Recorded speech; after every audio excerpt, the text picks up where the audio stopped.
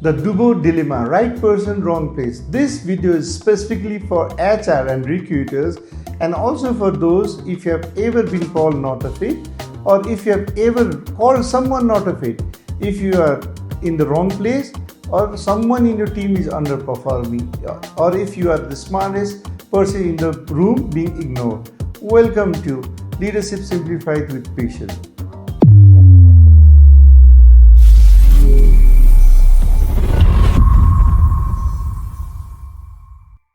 एउटा झारले मलाई सोच्न सिकायो जुन कुरा हार्वर्डको लिडरसिप थ्योरी और वाटनको म्यानेजमेन्ट थ्योरिजले कहिले पनि सिकाएन.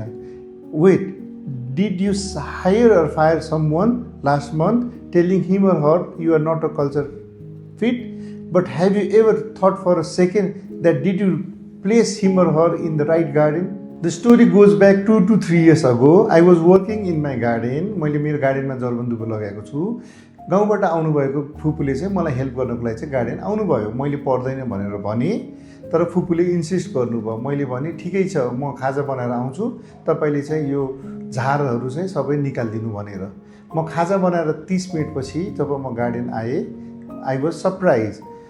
मेरो फुपूको हात एकदमै फास्ट मुभ भइरहेको थियो. This is typically for someone who had live in village and who have played with soil. उहाँले काम सबै पर्फेक्टली गरिसक्नु भएको थियो. उहाँले सबै झारहरू निकालिसक्नु भएको थियो. तर त्यहाँ एउटा अर्को मैले सरप्राइज पाएँ.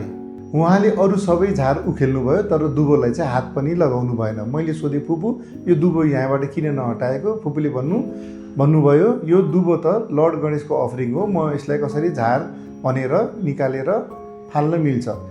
फुपूले अरू थप्नुभयो, भगवान् गणेश जो चाहिँ बुद्धिको, समृद्धिको, भाग्यको प्रतीक हुनुहुन्छ, उहाँलाई चढाउने दुबोलाई चाहिँ मैले चाहिँ झार सम्झेर चाहिँ निकाल्न मिल्दैन. उहाँको भावना एकदमै सुन्दर थियो, तर त्यो दुबोले मेरो गार्डन चाहिँ कुरूप बनाइरहेको थियो. तब मैले मेरो फुपूलाई सफ्टली भने, फुपू हजुरको भावना एकदम ठिक छ, म पनि एउटा एकदम धार्मिक मान्छे हो, म पनि भगवान् गणेशलाई दुबो चढाउँछु, तर यो दुबो चाहिँ यो ठाउँको लागि चाहिँ ठिक छैन.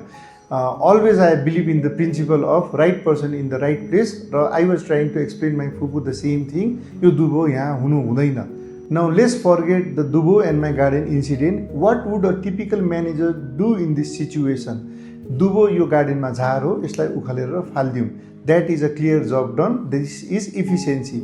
What would leaders do in this situation? दुबो यहाँ आएको छ, तर यसलाई रेस्पेक्ट गर्न सक्छौँ, रेस्पेक्ट गर्नुपर्छ. त्यही कारणले दुबोलाई हामी निकालौँ, तर नजिकैको मन्दिरमा लगेर चढाइदिउँ, जुन चाहिँ म र मेरो फुपूले गरौँ. This is person job fit theory. But then I again question myself, can leaders do better than this situation? Now remember the theories on transformation leadership. I answer to myself, yes. Transformation leadership is something creating value from diversity. र यहाँ मैले आफूले question गरेँ कि यहाँ German दुबो र नेपाली दुबो कोएक्जिस्ट गर्न सक्छन्, र यसको एन्सर मैले आफूलाई गरेँ. अवश्य बिचमा जर्मन दुबो र साइडमा चाहिँ नेपाली दुबो हामीले चाहिँ प्लान्ट गर्यो भने चाहिँ भ्यालु पनि हुने, रिलिजियस पर्पज पनि सर्भ गर्न सकिन्थ्यो. The strongest lesson from my garden is not about finding the right person in the right place. Leadership is the art of finding a place where different forms of value coexist to create and contribute to a larger purpose. For more topics like this, like my channel, Leadership Simplified with Patience, Jai Nepal.